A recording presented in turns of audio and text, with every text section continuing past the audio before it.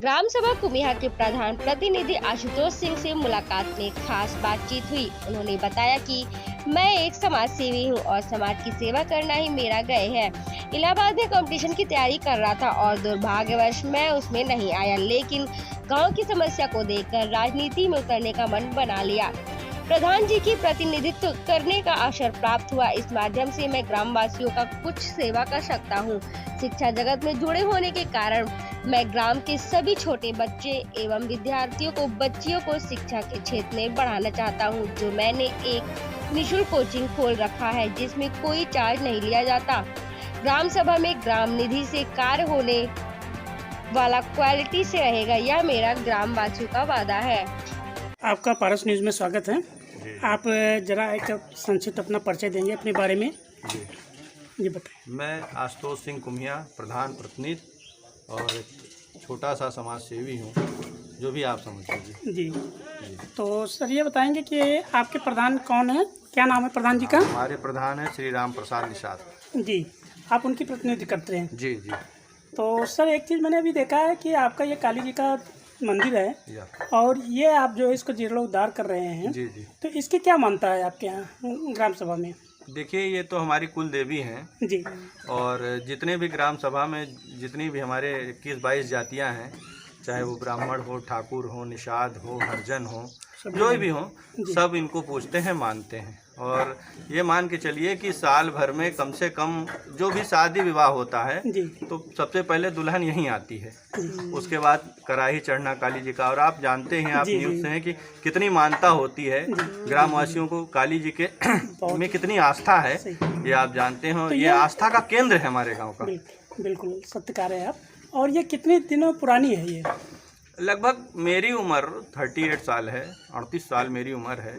और जब से मैं जानता हूँ तब से काली जी यहाँ हैं। मुझे लगता है कि बहुत दिनों से काली जी हैं यहाँ पे। और यहाँ पर अभी देखा गया कि यहाँ के रास्ते बहुत जर्जर अवस्था में थी। इसके पहले बहुत सारे प्रधान भी आए हुए थे, आपके सांसद विधायक भी आए होंगे, और भी सारे समाज सेवी लोग भी आए होंगे, लेकिन आज तक इस पर किसी ने ध्यान नहीं दिया। पता नहीं क्या बात थी। हमारे गांव की महिलाएं या हम लोग खुद जो है बरसात में अक्सर पानियों में से होके आते थे। ये तो देखकर मुझे बड़ा दुख हुआ था और मैंने ये संकल्प लिया था कि जब मैं कभी इस लायक हूँगा तो मैं इसको ज़रूर बनाऊँगा।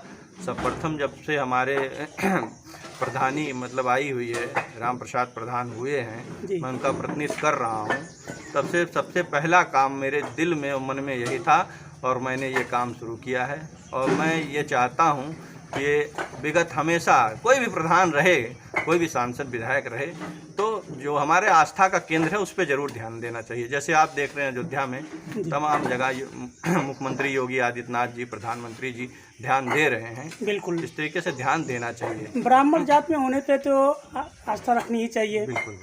अच्छा सर, ये चीज़ बताइए, जैसे ये आपका जो एक कार्य हो रहा है, ये किस मद में हो रहा है? नहीं, ये कार्य हम जो है वित्त से करा रहे हैं, प्रधानी के ही खाते से करा रहे हैं। प्रधानी खाते से ही हो रहा है? जी बिल्कुल हो रहा है, उसमें दो राय नहीं है जी। बाद में जो कुछ इसमें बचेगा हम लोग अपनी व्यवस्था से भी काम करेंगे। सारा काम प्रधानी से नहीं हो सकता है, उसकी एक लिमिट है, तो उस लिमिट में हम पहले इसको काम करेंगे, उसके बाद सब लोग हम लोग चाहे चंदा से चाहे अपनी व्यवस्था से इसको और चमकाएंगे कि विधिवत जीर्णोद्धार किया जाएगा। जी बिल्कुल बिल्कुल। अच्छा चलिए सर, ये तो एक आस्था की बात हो गई।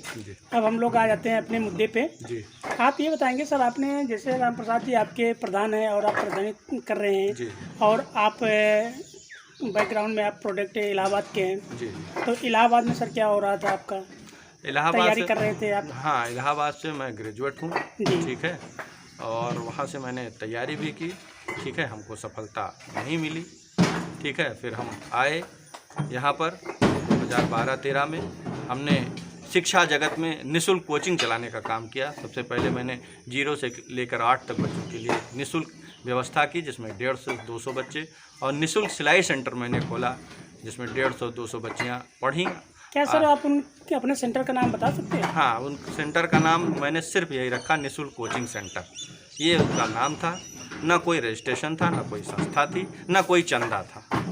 व्यक्तिगत तौर पे हम लोग अपना उसको करते थे, व्यक्तिगत तौर पे पढ़ाते थे। कोरोना की वजह से, क्योंकि आप जान रहे हैं 1.5 सालों से 2 सालों से कोरोना की वजह से सारी संस्थाएं बंद हैं, इसलिए हमारी संस्था बंद है। जैसे ही कोरोना की व्यवस्था हो जाएगी, समाप्त हो जाएगा, हमारी संस्था पुनः ओपन करेगी। अच्छा सर, ये जो संस्था आपकी है 2012-13 से है? जी जी। तो 12-13 संस्था नहीं है, मतलब कोचिंग जो आप चला रहे हैं, बिल्कुल, कोई तो संस्था कोई इसमें आपका जो है 0 से लेके और आप 12 तक चला रहे हैं? 8 तक। 8 तक जी अच्छा। तो और सिलाई कढ़ाई प्रशिक्षण भी आप दे रहे हैं? बिल्कुल। तो इसमें किस उम्र तक के बच्चे हैं, अब बच्चियाँ हैं? सिलाई में मान के चलिए कि जिसको भी सीखने का शौक जब भी जग जाए, उम्र का कोई बाउंडेशन उसमें नहीं है। अच्छा, तो उसमें से कुछ बच्चियाँ कुछ आगे भी बढ़ी होंगी जिससे आपके जो है कुछ ऑर्गेनाइजेशन बच्चियाँ हमारे यहाँ पढ़ने के बाद फोर्स में भी गई हैं, ठीक है। मठा की एक लड़की रही, हमारी शिष्या थी, और समय फोर्स में नौकरी कर रही है, यहीं से उसको प्रेरणा मिली है, गुड़िया उसका नाम था। बहुत अच्छा है सर, आपने जो है एक ग्राम में आके वहाँ के आप प्रोडक्ट इलाहाबाद की तैयारी कर रहे थे, उसको यहाँ पर आप वो दे रहे हैं। अब चलिए ग्राम सभा के बारे में आप कुछ बताएंगे आपके, जैसे आप एक शिक्षा जगत से हैं और बुद्धिजीवी हैं, जी जी। तो आपने देखा होगा कि आपके मन में कैसे ये आया कि प्रेरणा मिला आपको कि जो है प्रधानी हमारे हाथ में आ जाए, तो फिर मैं कुछ ऐसा कार्य करूं कि जो एक नए तरीके का वर्क हो। आप जानते ही होंगे, और आप तो पत्रकार बंधु हैं, आपसे ज़्यादा कोई नहीं जानता है कि गांव का विकास तभी हो सकता है जब आप जो है मेहनत और लगन से काम करें।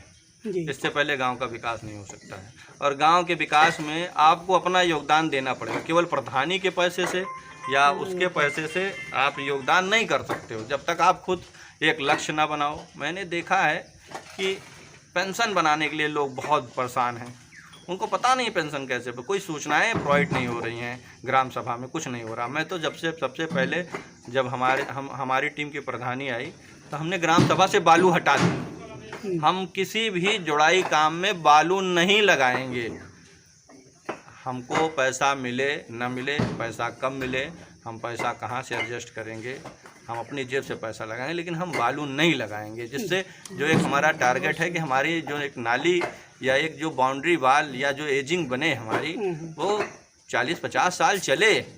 दोबारा बताइए, अगर हम फिर मैदान में गए और दोबारा हम जीत गए, फिर हम वही नाली बनाने जाएंगे, वही जो है बाउंड्री वाल बनाने जाएंगे, तो मतलब क्या है।